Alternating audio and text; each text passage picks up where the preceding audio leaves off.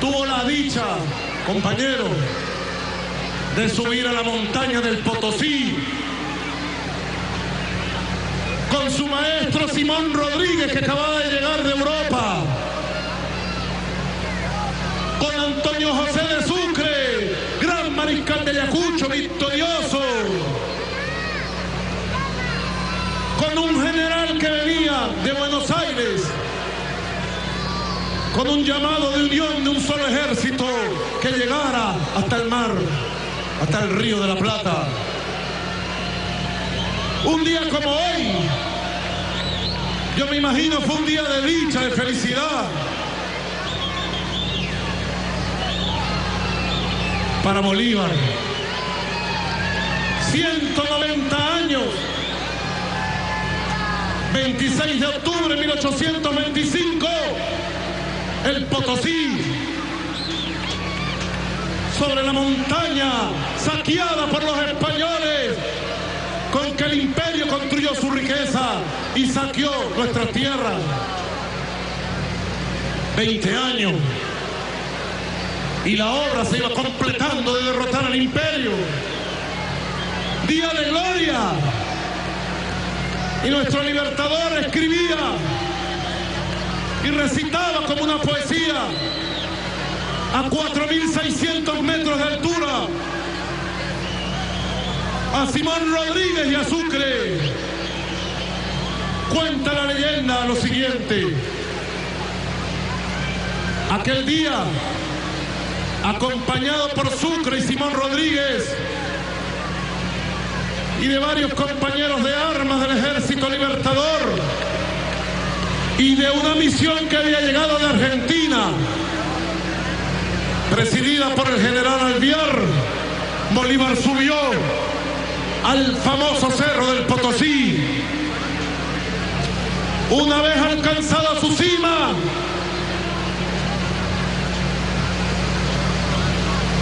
y ante las banderas de Colombia, esa bandera fue bandera única de lo que hoy es Venezuela, Colombia, Panamá y Ecuador.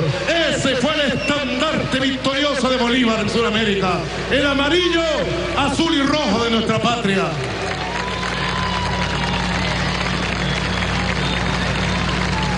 Una vez alcanzada la cima del Potosí y ante las banderas de Colombia, Chile, Perú y Buenos Aires, el Libertador dijo unas palabras breves pero inspiradas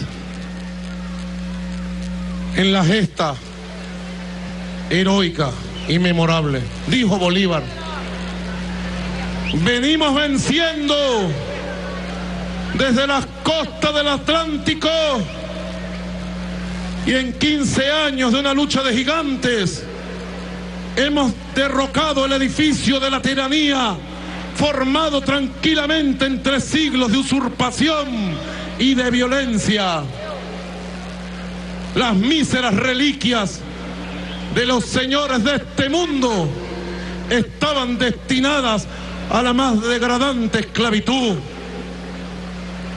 ¿Cuánto no debe ser nuestro gozo al ver tantos millones de hombres restituidos a sus derechos por nuestra perseverancia y nuestro esfuerzo?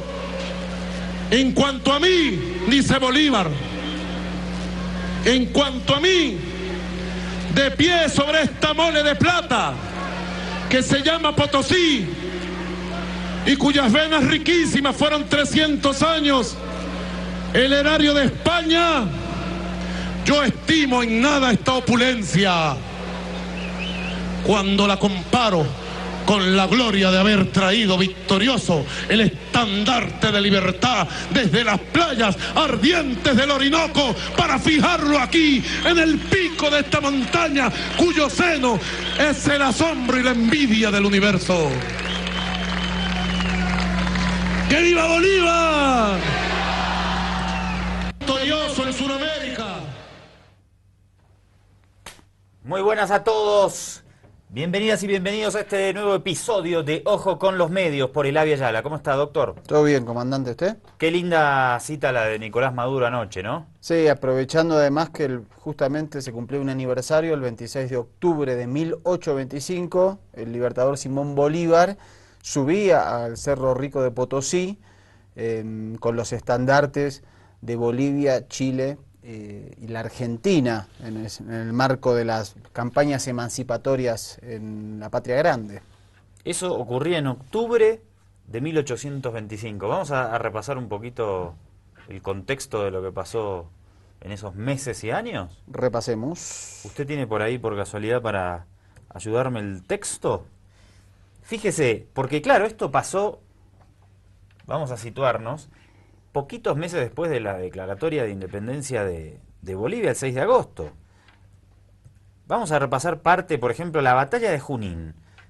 Mientras las tropas gran colombianas desembarcaban en el puerto del Callao al mando del general Antonio José de Sucre, el general Andrés de Santa Cruz, que hasta hace poco tiempo antes había luchado en las filas realistas, llegó a compartir las ideas libertarias de José de San Martín y fue enviado a engrosar las tropas de Sucre. Tanto que hablamos estos días del mariscal Andrés de Santa Cruz, ¿no? Claro. Antes de ser presidente de Bolivia, tuvo una participación importante acompañando a Antonio José de Sucre, que también nació en Venezuela y fue el segundo presidente de Bolivia. Iniciaron juntos la marcha del Alto Perú. En agosto de 1823, Antonio José de Sucre ingresó en la ciudad de La Paz y, forzado a librar combate, salieron victoriosos en la batalla de Cepita. Participó también allí el mariscal Andrés de Santa Cruz contra una división del general Valdés el 25 de agosto de 1823. Dice, entre los años 22 y 23 del siglo XIX, la situación en el Perú se había tornado caótica. Los ejércitos habían sido derrotados por los realistas y los políticos estaban sumidos en la anarquía. Con estas condiciones muy lamentables se encontró Simón Bolívar al llegar a Perú, el 1 de septiembre de 1823, cuando entró en Lima. El Congreso le otorgó la jefatura militar. Dice la reseña histórica, el panorama no podía ser más sombrío para los patriotas. La independencia de Perú no estaba consolidada, ya que el 29 de febrero de 1824 los realistas lograron ocupar nuevamente Lima. Pero esta vez, dice, las conmociones políticas que vivía en España influyeron decisivamente para el fraccionamiento de las tropas españolas en América. Bueno, ahí hubo unas peleas internas entre los realistas en Lima, ese año 1823.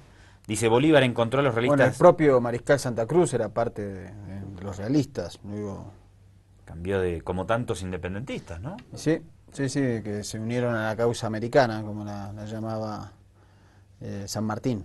Bolívar encontró a los realistas divididos y organizó prontamente un ejército formado. Y además lo que me impresiona siempre de nuestra independencia es la unidad latinoamericana, ese espíritu latinoamericanista que había, que después se esfumó. Sí, por eso me parece este tiempo de hoy es histórico, porque nos hace acordar un poquito a las alianzas estratégicas que tuvieron Simón Bolívar, José de San Martín, O'Higgins, bueno, el propio Artigas, varios de los libertadores. Fíjese, Bolívar, para consolidar la independencia del Perú y después luchar por la del Alto Perú, o sea, lo que hoy es Bolivia, organizó, dice, un ejército formado por colombianos, argentinos y peruanos. Y el 6 de agosto de 1824 derrotó al ejército español en los campos de Junín. Esta victoria constituye sobre todo el paso previo para el triunfo final en la batalla de Ayacucho. Después dice, Sucre, por encargo de Bolívar, decidió continuar la campaña militar en Perú. El 9 de diciembre de 1824, los independentistas lograron la espectacular victoria en la llanura de Ayacucho. Con la capitulación del virrey de la Serna se reconocía la independencia del Perú y América. Esto pasaba en Perú, pero fíjese, en Cochabamba, el 16 de enero de 1825, se sublevó el escuadrón de caballería Dragones Americanos. Con el coronel José Martínez apresaron a oficiales y al gobernador y luego se apoderaron del primer batallón del regimiento Fernando VII. Dice luego, bueno, lograron apoderarse de la ciudad y de la guarnición, que tenía 800 hombres. Se designó a Mariano Guzmán como gobernador. La población juró la independencia. Fíjese después, en Valle Grande, Fíjese desde dónde viene la guarnición militar de Valle Grande, ¿no? Se sublevó el segundo batallón Fernando VII, deponiendo al brigadier Francisco Javier Aguilera el 26 de enero. El coronel José Manuel Mercado ocupó Santa Cruz de la Sierra el 14 de febrero de 1825. Mojos y Chiquitos adhirieron. A consecuencia de estas acciones, Olañeta abandonó La Paz el 22 de enero en dirección a Potosí. El 29 de enero de 1825, el general Lanza, proveniente de las zonas rurales cercanas, tomó la ciudad de La Paz y declaró la independencia de las provincias del Alto Perú, 29 de enero, siendo nombrado su primer presidente. El 6 de febrero, el mariscal Sucre, a la cabeza del ejército libertador, cruzó el río Desaguadero e ingresó a La Paz al día siguiente. Imagínense en esas épocas, además, venir en esas batallas desde Venezuela, impresionante.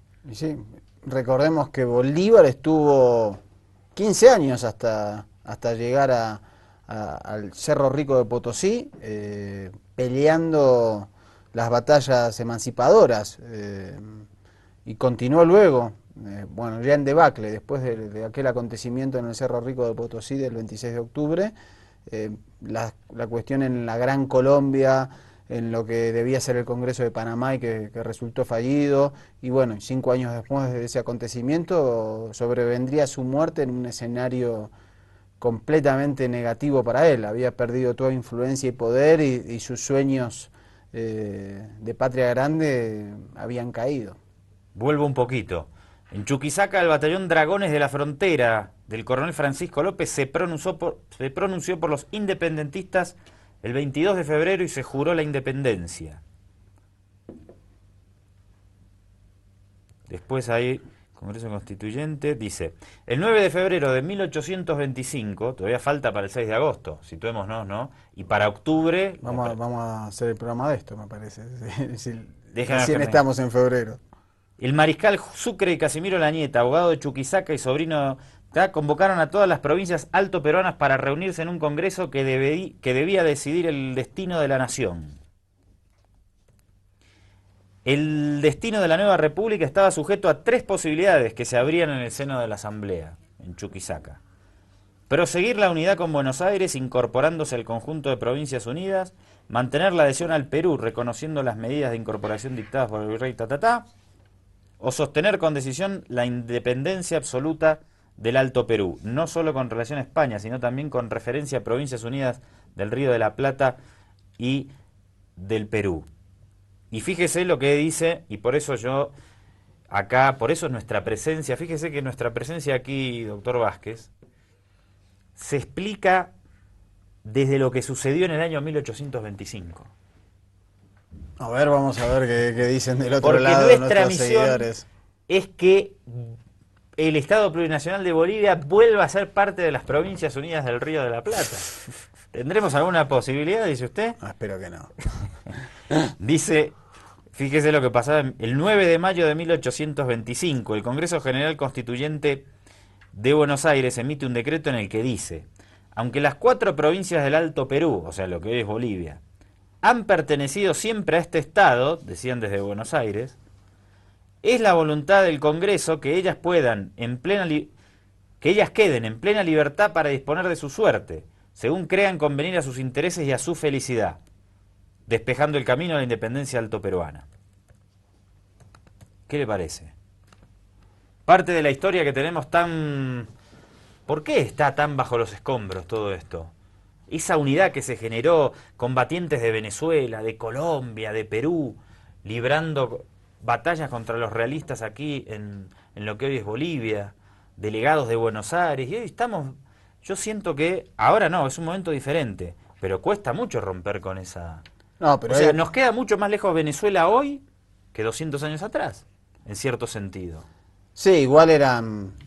Me parece que también lo que ocurría eran que eran sectores iluminados, era más un pensamiento de Bolívar, de Simón Rodríguez, de Sucre, de personajes que estaban muy avanzados a su tiempo, ¿no? Creo que los pueblos no estaban pensando tanto en esa unión latinoamericana, no tanto como los libertadores, y me parece que por eso siempre hablamos de que es histórico, de que quienes nos vienen gobernando hace 10, 15 años creo que son muy parecidos a esos próceres.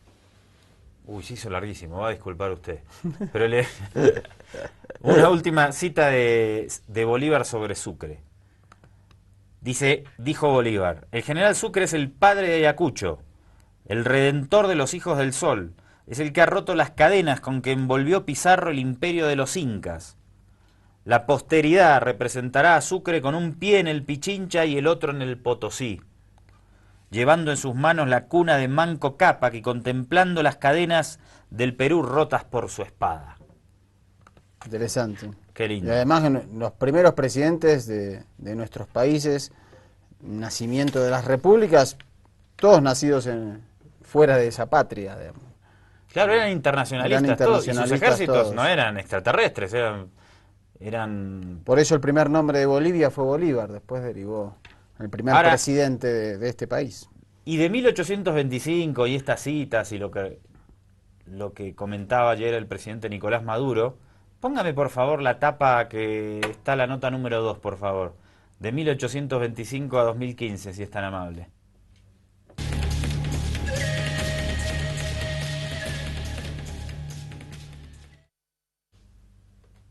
Clarín de Argentina. Un fiscal sugiere construir un muro en la frontera con Bolivia. ¿Te das cuenta de lo que estamos diciendo? Sí, llegó Donald Trump. Llegó Donald Trump a la Argentina, en vez de abrir fronteras, a cerrarla. Quieren hacer, con los países quieren hacer barrios privados. Algunos personajes que, bueno, como dijo Fabián Restivo hoy en Twitter, respecto a esto, a raíz de la inquietud de Ojo con los Medios, puso, bueno, si ese muchacho se pega la cabeza contra ese muro, de lo único que va a salir es mierda. Bien, vamos a hacer, por favor, un corte. Me parece que no hace falta hacer mayores comentarios sobre el titular que acabamos de ver. Empezando el programa de manera tan linda, este primer bloque, y lo tuvimos que cerrar. Pero bueno, es la realidad y es lo que corresponde reflejar de este lado de la pantalla. Corte, enojo con los medios y volvemos en 2 minutos nomás, ya con temas más actuales. Ya volvemos. Si a mi precio pueden llenar, estoy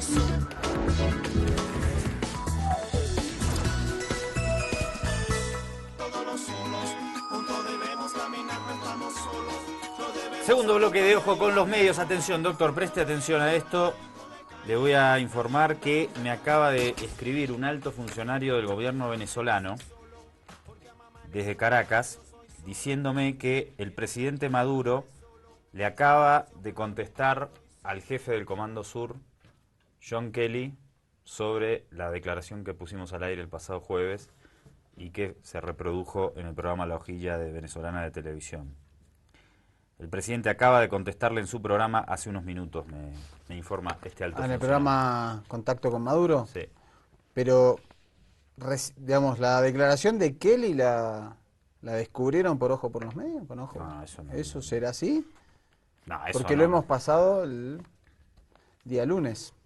El día jueves. El día jueves, perdón, de la semana pasada. No, no creo. Lo que sí me llamó la atención es que en general... Responden al toque. Sí, pero en general las agencias internacionales reproducen las declaraciones de este tipo, cosa que en este caso me parece que no ocurrió. El único que difundió la entrevista fue CNN, que fue la entrevista de origen, pero no vi que en general Agencia F, AFP, AP... Sí, las internacionales claro, ponen, el jefe estas... del Comando Sur dijo No, me parece que en este caso no lo hicieron. Por eso se generó O tal vez esta reprodujeron otras cosas de esa entrevista y no ese detalle. Tenemos que revisarlo. Sí. Lo que sí, mañana vamos a poner en el aire la respuesta que acaba de hacer el presidente de Venezuela sobre esta declaración injerencista de John Kelly. Presta atención porque es importante. Bueno, vamos a hablar ahora, hablando de injerencismo, finalmente se dilucidó el tema de Naciones Unidas y la resolución en contra del bloqueo. Gringolandis, perdió usted yo ni me animé a especular. Al final Obama dijo, el bloqueo está obsoleto. No tiene cabida. En la ONU, y Estados Unidos votó a favor del bloqueo. Bueno, vamos a empezar a repasar. Fíjate la foto, la 9, porfa.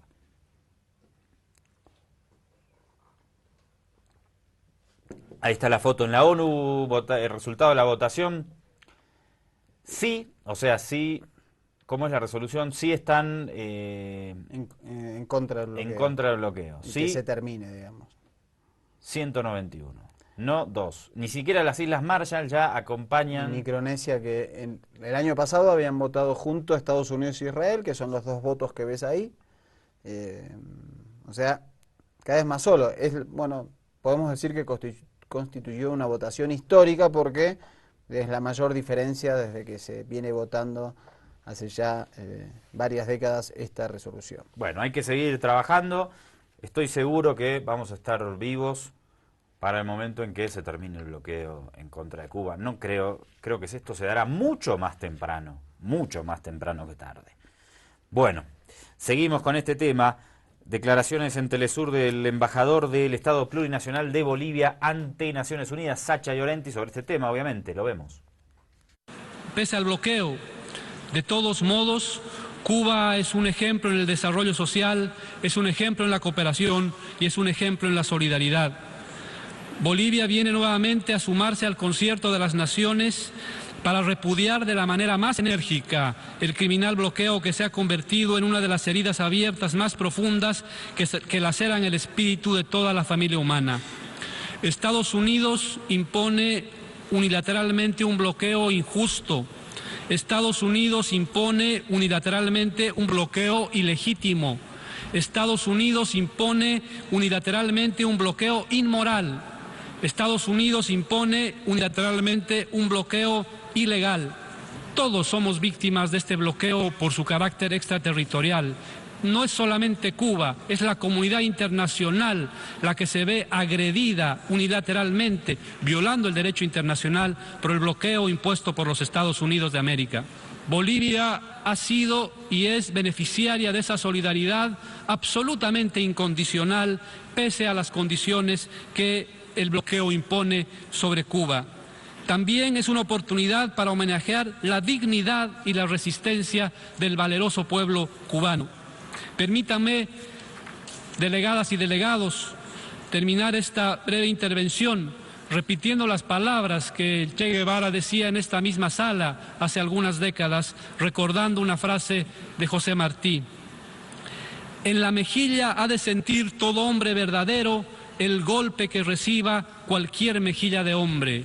Por eso, Cuba, como ejemplo de solidaridad, hoy le da una lección al mundo. Si es que la patria es el sinónimo de humanidad, y si es que este bloqueo es el sinónimo de muerte, por eso nuevamente la disyuntiva es patria o muerte. Venceremos. Buena cita del embajador Sacha Llorenti sobre esta situación ya año 62, 2015, ¿cuánto vamos? 53. Bueno, mucho tiempo, ¿no? Demasiado, ¿no? Me parece que no hay evolución, no hay ningún tipo de evolución en esta situación. Y todos los años lo mismo en la ONU. Ahora vamos a escuchar al embajador de Estados Unidos, Ronald Goddard. A ver. Lamentamos, por lo tanto, que el gobierno de Cuba haya optado por proceder con su resolución anual. El texto dista mucho de reflejar los pasos importantes que se han adoptado y el espíritu de compromiso del presidente Obama. Como consecuencia, los Estados Unidos no puede apoyarlo. Si Cuba piensa que este ejercicio va a ayudar a hacer avanzar las cosas en el sentido que ambos gobiernos han indicado que desean, se equivoca. Como todos sabemos, el presidente Obama también ha pedido al Congreso que revoque el bloqueo lo antes posible y ha adoptado medidas ejecutivas para ajustar la reglamentación para facilitar muchas transacciones con Cuba. El presidente Obama ha argumentado que revocar el bloqueo aumentará las oportunidades económicas para el pueblo cubano mediante un mayor comercio, un mejor flujo de tecnología y de información hacia la isla, un objetivo que todos compartimos. No esperamos que Cuba o los Estados Unidos olviden de la noche a la mañana el pasado. Nos damos cuenta que normalizar plenamente nuestras relaciones bilaterales va a requerir años de dedicación y de constancia de ambas partes. Nos parece lamentable que pese a nuestros progresos bilaterales demostrados, el gobierno cubano haya optado por presentar una resolución que es casi idéntica a las de años anteriores. Ahí estaba el embajador Gringolandis en la misma postura de siempre. Yo creo que pronto, como decíamos hace ratito, va a cambiar. Obama cambió y esto va a tener que tener un fin en cualquier momento. Canciller Bruno Rodríguez, a continuación, en conferencia de prensa, canciller cubano, obviamente, respondiendo a lo que sucedió hoy. Me siento decepcionado con el voto de los Estados Unidos en la mañana de hoy. Decía en mi discurso que nosotros tenemos que juzgar por los hechos. Los hechos son que desde el 17 de diciembre no ha habido modificaciones significativas a la aplicación del bloqueo. En enero y septiembre se aplicaron algunas medidas de un alcance extraordinariamente limitado que son prácticamente inaplicables si no están acompañadas de ulteriores decisiones. Hace varias semanas el presidente de los Estados Unidos prorrogó la vigencia de la Ley de Comercio con el Enemigo de 1917, que es una viejísima pieza de legislación que solo se aplica a Cuba. Más recientemente se han continuado aplicando multas y sanciones de diversa naturaleza a entidades de terceros países, fundamentalmente europeas, por sus relaciones con Cuba. Uno esperaría encontrar hechos tangibles en la aplicación de la política que ha anunciado el presidente, gestiones activas en el Congreso de los Estados Unidos en esta materia y un voto consistente con las obligaciones jurídicas internacionales de los Estados Unidos que se ajuste a la voluntad de sus ciudadanos y a las expresiones de su presidente. Esto no ha ocurrido hoy y resulta decepcionante. Siento que la fundamentación que presentó Estados Unidos a la Asamblea General hoy de su voto en contra de la resolución resultan francamente insustanciales. No tienen, me parece a mí, fundamento en la capacidad que es suficiente desde el punto de vista ejecutivo del presidente de los Estados Unidos de introducir modificaciones reales a la aplicación del bloqueo. Utiliza pretextos relacionados con el contenido del proyecto de resolución, que sin embargo fue debidamente actualizado. Reconoce los progresos, sobre todo en materia diplomática, alcanzados en los últimos meses y encomia la actitud del presidente Obama de involucrarse en un debate con el Congreso dirigido al levantamiento del bloqueo. Sin embargo, su explicación en esencia resulta profundamente contradictoria, profundamente inconsistente con los datos, con los hechos de la realidad y con la nueva política que se ha anunciado.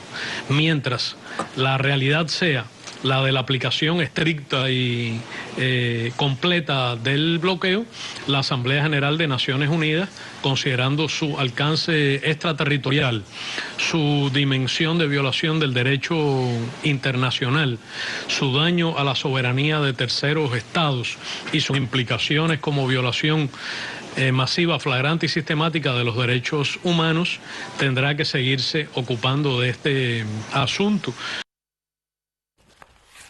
Ahí estaba el canciller Bruno Rodríguez, obviamente repudiando lo sucedido hoy. Vamos a repasar un poco en una nota de Telesur qué ha significado el bloqueo de Estados Unidos en contra de Cuba en términos históricos. La arrogancia del gigante norteamericano hacia la isla caribeña pretendió institucionalizarse al iniciar el siglo XX, cuando en 1901 el Congreso de Estados Unidos aprobó la enmienda Platt, que le concedía el derecho de intervenir militarmente cuando a su juicio peligrara la vida, la propiedad o las libertades individuales, y establecía la ocupación militar de porciones de territorio cubano para ubicar estaciones navales como la de Guantánamo. El autoimpuesto rol tutelar de Washington se expresó en una incesante conspiración de la embajada estadounidense contra las aspiraciones y esfuerzos soberanistas de los patriotas cubanos, lo que recrudeció en enero de 1959 con el triunfo de la Revolución cubana. Para abril de 1960, el subsecretario de Estado Lester Mallory documentaba su convicción de que la única forma de socavar el masivo apoyo popular a los barbudos era sembrando la isla de hambre y desesperación. En febrero de 1962, el presidente John Fitzgerald Kennedy ordenó un bloqueo total contra Cuba. Desde entonces, muchas otras leyes del Parlamento estadounidense apretaron el cerco. Por ejemplo, la ley Torricelli de 1992, que incluye el bloqueo en terceros países a empresas subsidiarias de compañías estadounidenses que negocien con Cuba y prohíbe a los barcos que atraquen en la isla ingresar a puertos norteamericanos por 6 meses. Tras más de 50 años de agresión e injerencias contra un pueblo que decidió tomar las riendas de su destino, el 17 de diciembre de 2014, el jefe de Estado de la superpotencia norteamericana Barack Obama anunció casi en simultáneo con su par cubano Raúl Castro el inicio de un proceso de negociación para el restablecimiento de las relaciones diplomáticas. Continuaremos enfrascados en el proceso de actualización del modelo económico cubano, con el objetivo de perfeccionar nuestro socialismo, avanzar hacia el desarrollo y consolidar los logros de una revolución que se ha propuesto conquistar toda la justicia para nuestro pueblo. Sin embargo, pese a la apertura de las embajadas, luego de casi 55 años de ruptura, la total normalización de las relaciones entre ambas naciones pasa por la eliminación del bloqueo económico impuesto por Estados Unidos a Cuba y la reintegración del territorio de Guantánamo ocupado ilegalmente. Bueno, momento de ir al corte, doctor. Esto debería ser parte de la prehistoria ya del siglo XX, de la Guerra Fría del siglo XX, ¿no? Sí, aparte interesante, en su conferencia de prensa el canciller Bruno Rodríguez hacía un recuento de que en estos meses de restablecimiento de relaciones continuaron con las políticas prehistóricas justamente de bloqueo, daba cuenta de algunas acciones que solo son y se realizan contra Cuba y que el presidente Obama sigue renovando, entonces ese enojo lógico porque se esperaba otro voto de Estados Unidos en Naciones Unidas. Corte enojo con los medios, vamos a hablar de Argentina a la vuelta. ¿Cómo está la cosa? Segunda, ahí balotaje. El noviembre... 22 de noviembre. Faltan 25 días. Parece que el candidato que salió tercero, con más del 20% de la votación, quiere votar a Mauricio Macri. Claro que es muy heterogénea su fuerza política, no significa esto que todos sus seguidores ni que todos sus dirigentes políticos estén de acuerdo. Lo vamos a detallar al regreso del corte con más datitos interesantes, no te los pierdas.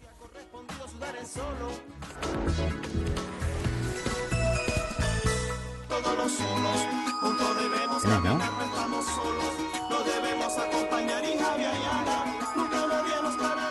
Regresamos para el último bloque de la emisión de hoy. Estábamos repasando en las redes sociales las reacciones o los comentarios del presidente Maduro sobre las declaraciones del jefe del Comando Sur y ya tenemos algunas, ¿no? Sí, está estallando las redes sociales en Venezuela con este programa Contacto con Maduro, su programa semanal. Dice el presidente de Venezuela: declaraciones de John Kelly y el Comando Sur son una muestra de la desesperación de la derecha. Otra: el gran fracasado en la lucha contra el narcotráfico son los Estados Unidos y usted, señor Kelly.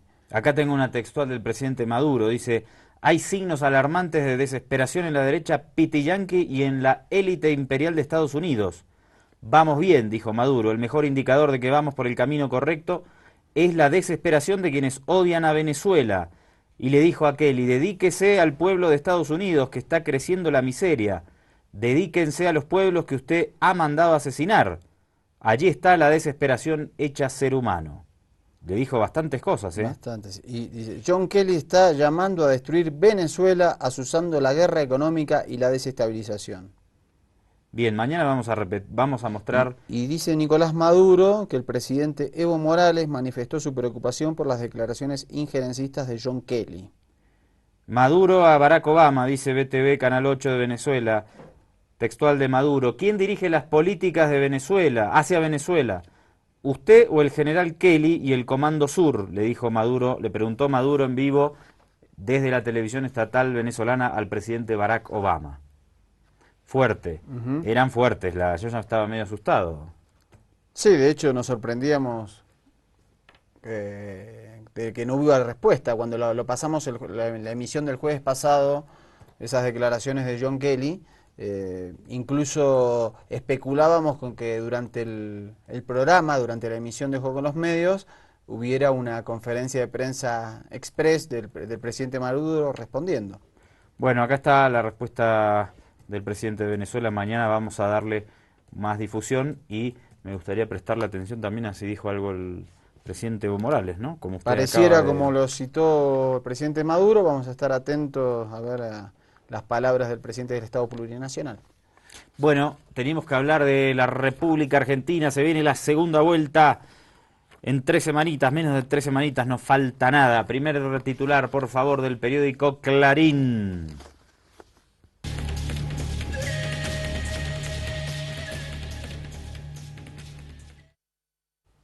Columna de Eduardo Van der Koy, el principal editorialista del periódico opositor Clarín. ¿En qué línea anda el amigo Van der Koy? Bueno, ahí queríamos resaltar una frase, sácame Basila, porque justo estoy sobre la frase que quiero resaltar. Se refería a lo que pasaba entre los militantes kirchneristas, dice, mientras en el Luna Park unos cientos de militantes asistían al funeral electoral. Queríamos resaltar esa frase de funeral electoral. Qué ganas de disfrutar que tiene la derecha local, y no solo la derecha local de Argentina, sino internacional. Qué ganas de festejar el fin del kirchnerismo, ¿no? Y así como tienen ganas de festejar el fin del kirchnerismo, ruegan por festejar el fin del movimiento al socialismo en Bolivia, de la revolución bolivariana, de Dilma en Brasil, de Correa en Ecuador. Quieren acabar con todo, obviamente. Sí, y me parece igual arriesgado. Falta una segunda vuelta. El candidato oficialista le ganó por 2,5 puntos a Mauricio Macri. Estos son casi 700.000 votos. Así que veremos qué pasa. Hay que esperar el 22 de noviembre. Perfecto. Comentábamos el tema de Sergio Massa.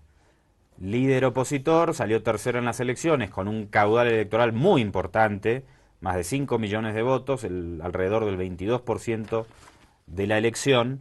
Obviamente la pregunta es ¿qué hará el espacio de Sergio Massa? Que expliquemos un poco para la gente que no está tan interiorizada de la política argentina aquí en el Estado plurinacional. Los seguidores de Massa Massa fue jefe de gabinete del gobierno kirchnerista. Después... Y titular del ANSES, que es digamos, un espacio muy importante para el kirchnerismo porque es el que da jubilaciones y pensiones. Y justamente fue reestatizado y es un espacio en el cual como millones de personas se pudieron jubilar y pensionar, digamos, ha generado un poder importante desde ahí. Después se distanció de la presidenta, pero sus seguidores no son los típicos votantes del neoliberalismo, sino que tienen una pertenencia, muchos de ellos, no todos, tampoco es bastante heterogéneo, cercana al peronismo. Para esos votantes cercanos al peronismo, cuesta mucho digerir a Mauricio Macri. Pero a Massa le cuesta mucho digerir al kirchnerismo, a esta altura ya. Se ha distanciado y tiene un discurso de, bueno, necesitamos un cambio. Sí, creo que a Massa le cuesta digerir a los dos, y lo que va... Pero Massa ha hecho gestos para acercarse a Macri. Fue Macri el que dijo, no quiero hacer una alianza con Massa. No, pero Massa tampoco quiso hacerla antes. Antes de las elecciones, Massa tampoco quiso hacerla. De hecho, conservó su fórmula más allá de las presiones de sectores como el Grupo Clarín. No quiso hacerla después de que Macri le dijo, no quiero negociar con usted. Y dijo, yo igual voy a ir de candidato. ¿O no? No, Massa nunca supeditó su candidatura a una alianza con Macri. pero sí quiso hacerla durante la campaña. Y ahora no lo recuerdo, eso creo que, la verdad no lo recuerdo. Bueno, vamos a ver ahora una nota de 678 y vamos a seguir con este debate porque es muy interesante. ¿Qué va a pasar con la gente que votó a Massa? Porque además, Mariano, hay dirigentes que trabajan con él políticamente que no quieren votar a Macri. No, no quieren ni cerca, dicen que es lo último que harían justamente por el pasado y el perfil liberal del candidato Macri, que fue jefe de gobierno porteño, empresario, tiene una visión, viene de la mano de Menem a la política, así que una visión complicada. Reporte de 678 de la televisión pública de Argentina, Avanti. ¿Qué harán quienes votaron a Del Caño, a Stolbizer, a Rodríguez Sá y en especial a Sergio Massa? Es el gran dilema que se plantea de cara al balotaje tras la ajustada victoria de Scioli por sobre Macri. El diputado masista Ignacio de Mendiguren, los principales dirigentes del espacio, incluido el último jueves el propio líder Sergio Massa. Las afinidades parecen ir por otro lado. Hay mucha gente que me vota a mí que no lo votaría a Macri. La mayoría de la gente que vota a Macri me votaría a mí. Eso, traducido en una segunda vuelta, hace que parte de nuestro votante termine eligiendo, cuando elige entre Macri y Scioli, termina eligiendo a Scioli y no a Macri. Vos tenés un componente de voto que podría votarlo a Scioli. Claro. Hubo muchos dirigentes del Frente Renovador que antes de este resultado dijeron: yo en un eventual balotaje Macri Scioli lo voy a votar a Daniel Scioli. Ninguno escuché que dijera que lo voy a votar a Mauricio Macri, por lo pronto, en la previa. ¿Vos tenías definido antes del resultado esta decisión? Y siempre, si algo me caracterizó, es que soy aburrido de predecible. Siempre pienso lo mismo, yo soy desarrollista, la base mía es una base desarrollista, industrial, y me van a encontrar muy cerca de todo lo que tiene que ver con la valorización productiva. Si vos lees nuestra propuesta, creo que va a quedar claro con quién nos identificamos más, ¿no? ¿Pero a quién ves más desarrollista? ¿Al PRO o al Frente para la Victoria?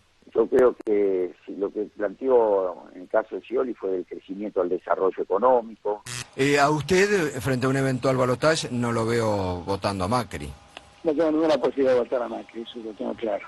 Yo particularmente, por concepto, tengo muchas diferencias con Macri. Yo recuerdo diputados de Macri que votaron en contra de ampliaciones de derechos, ¿no? El matrimonio igualitario, la identidad de género. Yo me acuerdo que Gabriela Michetti votó contra la inseminación artificial pero a mí todas esas cosas me parecen que son gestos que en el siglo XXI son difíciles de discutir. En mi caso sería imposible. Para mí Macri es un límite. En ninguna circunstancia votaría a Macri ni acompañaría a Macri. A mi lado, yo lo dije en un montón de oportunidades, en ninguna circunstancia votaría a Macri. En ninguna. ¿Y en un balotaje? En ninguna circunstancia votaría a Macri. Es uno de los grandes dilemas. Está bueno la... Estamos hablando de tres personajes los que hablan. Uno fue presidente de la Unión Industrial Argentina, la entidad que nuclea a los industriales. El otro, primer jefe de gabinete de Néstor Kirchner y jefe de campaña de Massa. Y el tercero es el hijo del líder sindical de la CGT y de los camioneros, el gremio más importante de la Argentina, diciendo no votaríamos a Macri, tres puntales de Massa, del equipo de Massa. Y es interesante también esto que decían, cómo Macri se opuso a determinadas políticas, y hay un momento, como especie de lavado de cara de toda la fuerza macrista, ¿no? Mediática.